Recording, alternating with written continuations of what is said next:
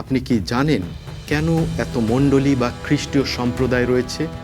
আপনি যদি একজন খ্রিস্টান হন তাহলে আপনাকে ঠিক একজন খ্রিস্টানের মতো হওয়া উচিত, একজন খ্রিস্টানের মতোই খাওয়া উচিত এবং সেই সমস্ত স্থানে যাওয়া উচিত যেখানে খ্রিস্টিয়ানরা যায়।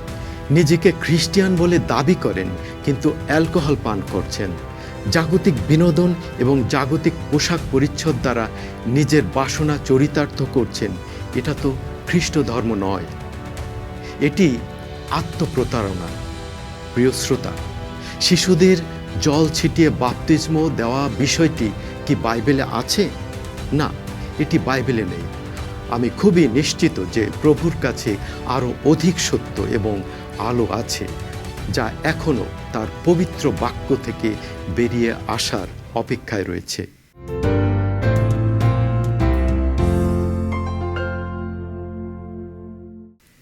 প্রিয় শ্রোতা, গত অনুষ্ঠানে আমরা জেনেছি চতুর্থ অশ্ব বা পাণ্ডুবর্ণের অশ্ব দ্বারা খ্রিস্টীয় মণ্ডলীর মৃতপ্রায় আধ্যাত্মিক অবস্থাকে বোঝায়। অর্থাৎ এই সময় মণ্ডলী সত্য থেকে বিচ্যুত হয়, কিন্তু সৃষ্টিকর্তা ঈশ্বর তার মণ্ডলীকে পুনর্জীবিত করার জন্য কিছু সাহসী নরনারীদের উত্থাপন করেন, যারা সত্যকে ধরে রেখেছিল এবং মিথ্যা মণ্ডলীর অত্যাচার থেকে পালিয়ে গুহায় আশ্রয় নিয়েছিল।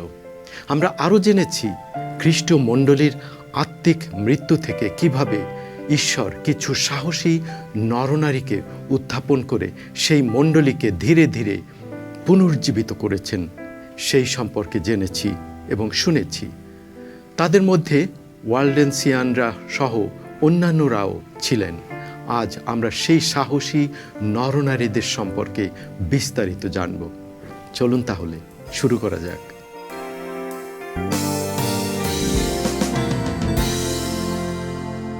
প্রিয় শ্রোতা, আজকের এই অনুষ্ঠানে ওয়েলডেনসিয়ানদের সঙ্গে আমিও বিশ্বাস করি যে বাইবেল এবং একমাত্র বাইবেলই আমাদের জন্য সত্যের পথ প্রদর্শক। মণ্ডলী বা গির্জার কোনো ঐতিহ্য বা প্রথা নয়।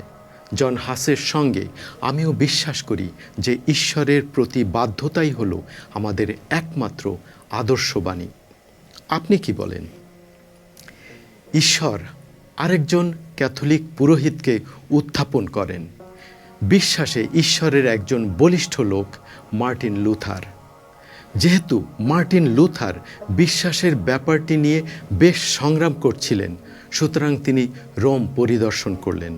তিনি অনুভব করেছিলেন যে অপরাধ বোধ তার জীবনকে ধ্বংস করে দিচ্ছে। শান্তি খোঁজার চেষ্টায় তিনি তার হাঁটুতে ভর করে হেঁটে হেঁটে বিখ্যাত পিলাতের সিঁড়ি দিয়ে ওঠার সময় অনেক প্রায়শ্চিত্ত করেছেন। তিনি মনে করেছিলেন যে যিশু যখন পিলাতের কাছে গিয়েছিলেন তখন তিনি যেভাবে সিঁড়ি বেয়ে পিলাতের কাছে উঠে গিয়েছিলেন, একইভাবে আমিও যদি অন্তত একবার সিঁড়ি বেয়ে উপরে উঠতে পারি তবে আমি শান্তি পাব। কিন্তু লুথার যখন ঘরে ফিরে এলেন তিনি তখনও অপরাধের ভারে ভারাক্রান্ত অনুভব করছিলেন। তার সমস্ত তীর্থযাত্রা এবং প্রায়শ্চিত্তগুলো তার অযোগ্যতার অনুভূতিকে দূর করতে পারেনি। আর তখন তিনি বাইবেল থেকে রোমীয় 1:17 পদ পাঠ করলেন। সেখানে লেখা আছে, কিন্তু ধার্মিক ব্যক্তি বিশ্বাস হেতু বাঁচিবে। তিনি প্রেরিত 4:12 পদের লেখা পাঠ করেন। সেখানে লেখা আছে, আর অন্য কাহারও কাছে পরিত্রাণ নাই, কেননা আকাশের নিচে মনুষ্যদের মধ্যে দত্ত এমন আর কোনো নাম নাই যে নামে আমাদিগকে পরিত্রাণ পাইতে হইবে। তিনি যিশুকে নূতন করে একজন পরাক্রমশালী ত্রাণকর্তা রূপে দেখতে পান। লুথার বিস্মিত হন, আর তিনি তার জীবনে একটি নূতন শান্তির অভিজ্ঞতা লাভ করেন।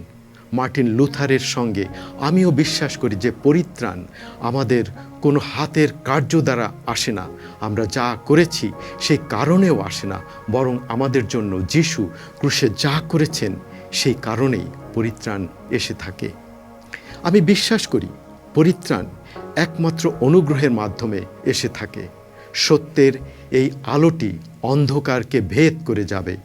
মণ্ডলী খাঁটি পৌরতিক বিশ্বাস অর্থাৎ শুক্লবর্ণ অশ্ব থেকে আত্মিকভাবে মৃত মণ্ডলী অর্থাৎ পাণ্ডুর বর্ণ অশ্বের পর্যায়ে যেতে যেমন 500 বছর লেগেছিল, একইভাবে ঈশ্বরের বিশ্বস্ত অনুসারীদের যুগে যুগে হারিয়ে যাওয়া সত্যের ঝলক বুঝতে সময় লেগেছিল।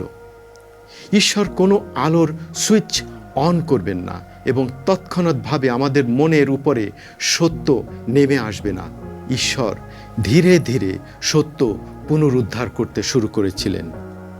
1300 এবং 1400 খ্রিস্টাব্দের ওয়েলডেন্সিয়ান লোকদের সঙ্গে যথাক্রমে জন হাস এবং মার্টিন লুথার উভয়ই ঈশ্বরের লোকদের কাছে বাইবেলকে আরও অধিক বোঝার উপযোগী করে নিয়ে এসেছিলেন। আপনি কি জানেন কেন এত মণ্ডলী বা খ্রিস্টীয় সম্প্রদায় রয়েছে? কারণ ওয়েলডেন্সিয়ানরা যেখানে ছিলেন সেখানেই থেমে গিয়েছিল। তারা বলে বাইবেল এবং বাইবেলই একমাত্র সত্য, তবে তারা বাইবেলের ধর্মমতগুলো অধ্যয়ন বজায় রাখেনি। হাসের অনুসারীরা বলেছেন ঈশ্বরের প্রতি বাধ্য হও, কিন্তু তারা তা অনুসরণ করতে থাকেনি। মার্টিন লুথারের অনুসারীরা বলেছেন বিশ্বাসের মাধ্যমেই পরিত্রাণ। মার্টিন লুথারের কাছে সব আছে, কিন্তু তারা তা পালন করা চালিয়ে যায়নি। ঈশ্বর এই সমস্ত ভালো এবং মহাপুরুষদের উত্থাপন করেছিলেন যাদের কাছে আংশিক আলো ছিল, কিন্তু তাদের কারো কাছে পূর্ণ সত্য ছিল না। তারপর ঈশ্বর আরেকজন লোককে উত্থাপন করলেন। তিনি হলেন সুইজারল্যান্ডের জেনেভার জন ক্যালভিন। জন ক্যালভিন খ্রিস্টীয় নিয়মানুবর্তিতার এবং অনুগ্রহের বৃদ্ধির গুরুত্বের উপরে জোর দিয়েছিলেন। তার অনুসারীরা প্রেসবিটারিয়ান নামে পরিচিত। ঈশ্বর কর্তৃক উত্থাপিত একজন মানুষের শিক্ষাকে ঘিরে আরেকবার একটি মণ্ডলী গড়ে ওঠে। ঈশ্বর যে সত্যের নানা বিষয় পুনরুদ্ধার করার জন্য ভিন্ন ভিন্ন মণ্ডলীর নেতৃবৃন্দকে ব্যবহার করেছিলেন, প্রতিটি দলই এই বিষয়টি উপলব্ধি করতে ব্যর্থ হয়েছিলেন। জন রবিনসন এই নীতিটি বুঝতে পেরেছিলেন। তিনি পিউরিটান পিলগ্রিমার্স নামক একদল প্রোটেস্ট্যান্ট লোকদের পুরোহিত ছিলেন, যারা নূতন জগতের উদ্দেশ্যে মাই ফ্লাওয়ার নামক জাহাজে পাল তুলেছিলেন। তিনি নিজে এই যাত্রা করতে অক্ষম, সুতরাং তিনি তাদের সতর্ক করে বলেছিলেন ঈশ্বর যদি তাঁর অন্য কোনো উপায় অর্থাৎ অন্য কোনো প্রকৃত সংস্কার আন্দোলনের মাধ্যমে আপনাদের কাছে কোনো কিছু প্রকাশ করেন, তাহলে আপনারা আমার প্রচার কার্যের যে কোনো সত্যকে যেভাবে গ্রহণ করেছিলেন সেভাবেই তা গ্রহণ করতে প্রস্তুত থাকবেন। কারণ আমি খুবই নিশ্চিত যে প্রভুর কাছে আরও অধিক সত্য এবং আলো আছে, যা এখনও তার পবিত্র বাক্য থেকে বেরিয়ে আসার অপেক্ষায় রয়েছে। শেষকালে বিশ্বাসীদের চূড়ান্ত একটি দল কর্তৃক সত্য পুনঃস্থাপিত না হওয়া পর্যন্ত ঈশ্বর শতাব্দীর পর শতাব্দী ব্যাপী মণ্ডলীকে পরিচালনা দিয়ে এসেছেন। এই আন্দোলন সংস্কারকদের কাঁধে ভর করে গড়ে উঠবে, কিন্তু এটি সংস্কারকদের ছাড়িয়ে যাবে এবং সমঝোতাকারী মণ্ডলী দ্বারা হারিয়ে যাওয়া সত্যকে সম্পূর্ণরূপে পুনরুদ্ধার করবে। আপনি কি জানেন যে মার্টিন লুথার তখনও শিশুদের উপরে জল ছিটানো বিশ্বাস করতেন? শিশু বাপ্তিস্ম বাইবেল বিরুদ্ধ, তবুও তা লুথারের ধর্মমতের অংশ ছিল।